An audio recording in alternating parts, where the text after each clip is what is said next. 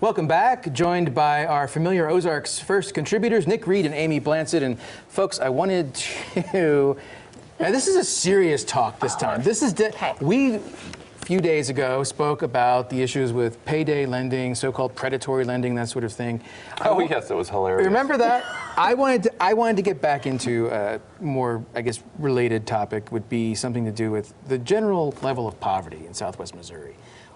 Why does it seem as though this area has such a lingering problem? I think it's 25% poverty rate in the city of Springfield. I'm not sure what the percentages are in the rural areas, but it's not much better as far as I understand it. So what is the reason for this from your estimation? So let's start with Amy, who does a lot of this work. Sure, and it is. It's an area that we're researching and looking a lot into. So one of the things that we started actually researching was for individuals who are below the 200% poverty line, which is what we consider, where did they grow up? And what we found of the families that we had polled, that many of them grew up in a population that was less than 2,000 people and have migrated to Springfield. And so before we had this assumption that after 2007, people had moved to Springfield in order to find better jobs that maybe weren't existing rurally. And our study does show that that actually was a part of it. So we've taken someone who has culturally, in existence rurally, where you are more connected with your neighbors. You do a lot more in assisting each other, and they're now transplanted here in Springfield. They don't have family, they don't have networks and systems that really take a new move and the resources. And so they're now trying to set up shop in a new place, and it's been difficult for them. Now, is it also education driven? Yes, so we look at educational attainment. We do have even individuals that are graduating. So in our Northside schools, we have lower education attainment rates. So individuals are not graduating high school. And then obviously we know that rate plus those who go on to college, we do have decreased percentages there. From the state, we've seen an increase in funds, which doesn't happen very often in our state. We're seeing an increase in funding in workforce development, in education, because we're seeing just the poverty rates, not only Springfield, but St. Louis, are on the rise. Rurally, we're seeing it in Missouri. And so there is money that's going into workforce development that are more of those trade type degrees that are, not the $10.50, but maybe $12.50, $15 or more with benefits. So we are seeing a shift in the type of work that we're trying to promote so that individuals have the channels in order to move out of poverty. All right, now, Nick, this is a very Republican/conservative area. ... Geographically. Okay. That's right. And so, yes.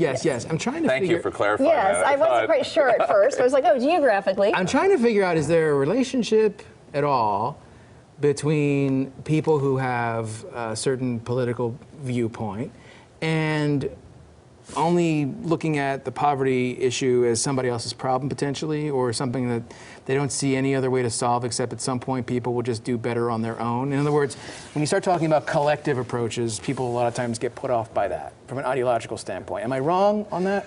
So I've got real broad views on this, and I think that first off, there isn't any one solution, because if there was, we would do it. Right? Yeah.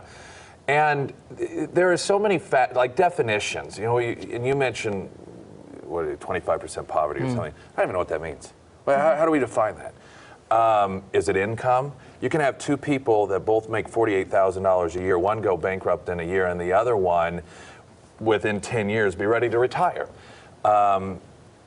Attitude is such a huge portion. You read any book about self-made millionaires, and the only thing that is consistent about all of them, it is a mentality and it's an attitude. It's not how they were born, where they were born. It's not their education status, and not that there aren't at times similarities, but that one thread that is there, it is an attitude. It's a culture.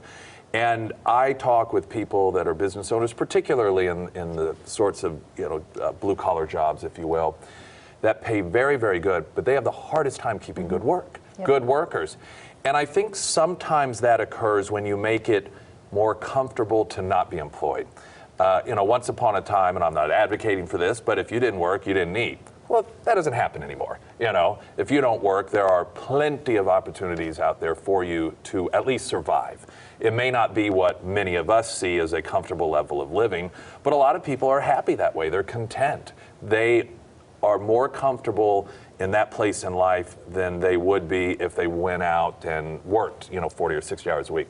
So now I throw out all sorts of things here Have you met I was just watching her facial people expressions. Oh, I've yes. that are happily sitting?